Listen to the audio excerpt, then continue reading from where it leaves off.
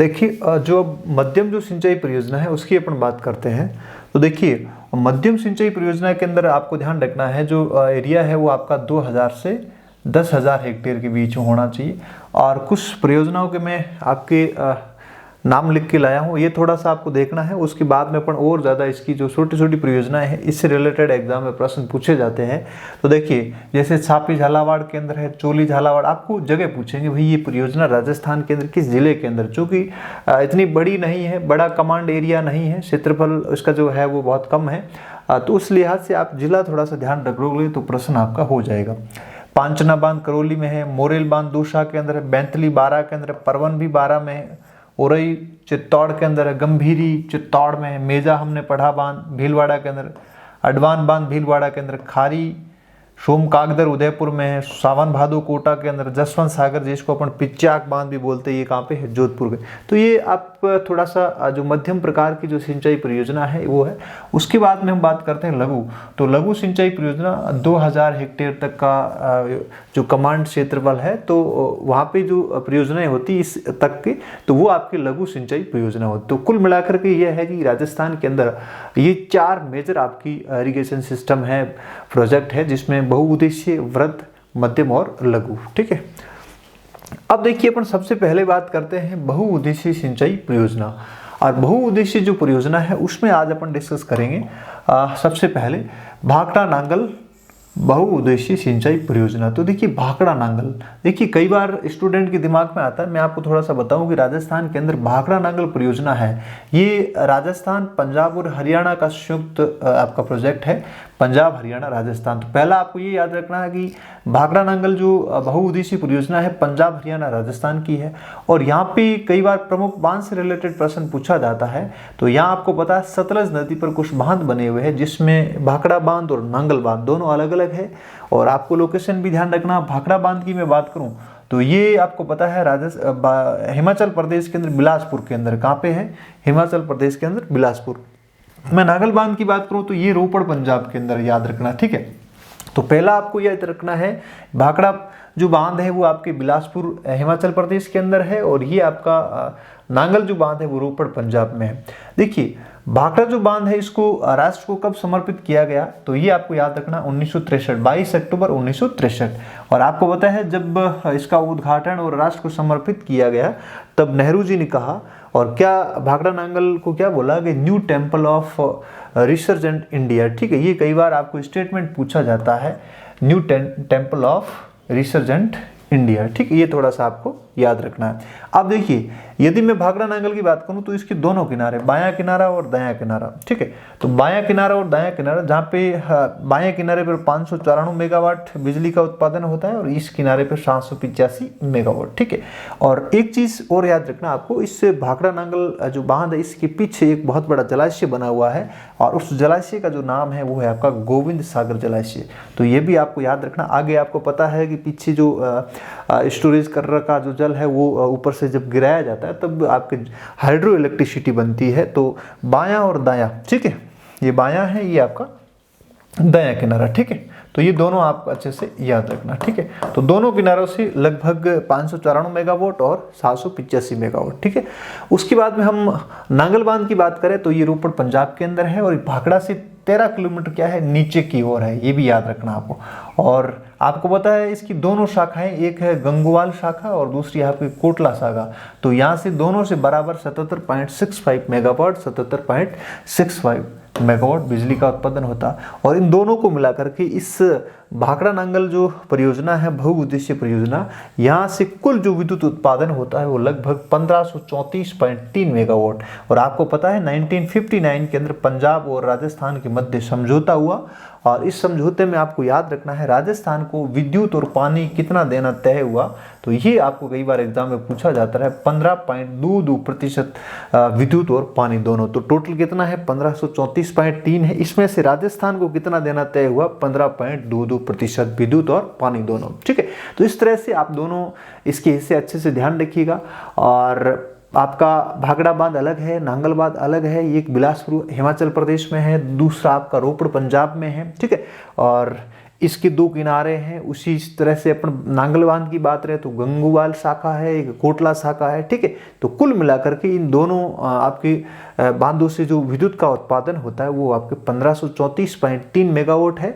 और 1959 के अंदर पंजाब और राजस्थान के मध्य समझौता हुआ और इसके तहत राजस्थान को विद्युत और जो आपका पानी है वो 15.22% राजस्थान को मिलता है, ठीक है।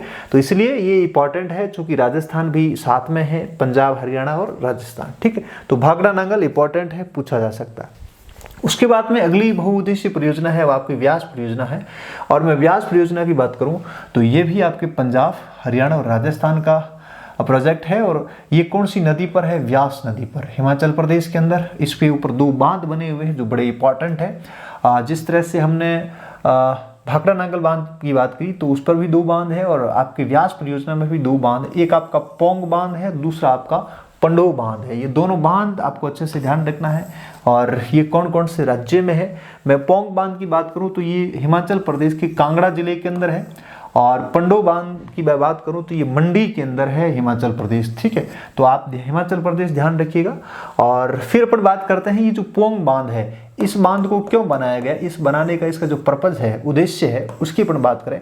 आपको बता दूं कि आईजीएनपी के अंदर शीतकालीन जलापूर्ति, आपको पता कई ऐसे बांध होते हैं जिसमें बारिश के दिनों में काफ़ी पानी इकट्ठा हो जाता है और आगे इसको गर्मियों के दिनों में और आगे जितने टाइम पानी की ज़रूरत होती है तो उसकी जो आपूर्ति है वो की जाती है। लेकिन कई बार क्या होता है, जैसे अपन बात करें शीतकालीन, तो शीतकालीन में आपको पता आईजीएनपी के अंदर शीतकालीन जो जलापूर्ति है वो इसी बांध से की जाती है। इसको आपको पता आईजीएनपी के अंदर शीतकालीन जलापूर्ति को ध्यान में रखते हुए इस पोंग बांध का निर्माण किया गया। और यहाँ से बिजली उत्पादन भी होता है, वो कितना है 396 मेगावाट। और राजस्थान को यहाँ से विद्युत कितनी मिलती है 59%। तो याद रखना पोंग बांध से राजस्थान को शीतकालीन जलापूर्ति भी होती है और साथ में आपके 59% विद्युत की भी आपूर्ति होती है। तो याद रखिएगा पोंग बांध से शीतकालीन जलापूर्ति के साथ साथ 59% विद्युत उत्पादन, राजस्थान को जितना उत्पादन है कुल उत्पादन 396 मेगावाट है, उसमें से 59% भाग है वो राजस्थान को मिलता है। पंडोह बांध की बात करूं तो इसमें जो कुल क्षमता है वो 990 मेगावाट है और यहाँ से 20% जो बिजली का है हिस्सा वो किसका है? राजस्थान का, ठीक है। तो ये मोटा मोटा थोड़ा सा आप ध्यान रखिएगा। आपको एग्जाम में बहुत सिंपल प्रश्न पूछेंगे, पोंग और आपका पंडोह। तो पोंग जो बांध है वहाँ पे आपको जलापूर्ति के साथ साथ बिजली का भी कुछ भाग राजस्थान को मिलता है और यहाँ पे केवल आपको विद्युत का ध्यान रखना, ठीक है। चलिए अगली परियोजना की अपन बात करें तो है आपकी चंबल परियोजना। ध्यान देखिएगा 1953 और 54 के अंदर इसको प्रारंभ किया गया और ये राजस्थान और मध्य प्रदेश की संयुक्त परियोजना है और दोनों का 50-50 है। याद रखना, ये भी कई बार पूछा गया कि ऐसी कौन सी परियोजना है जिसमें राजस्थान और मध्य प्रदेश की जो भागीदारी है वो बराबर की है, वो है आपकी चंबल परियोजना।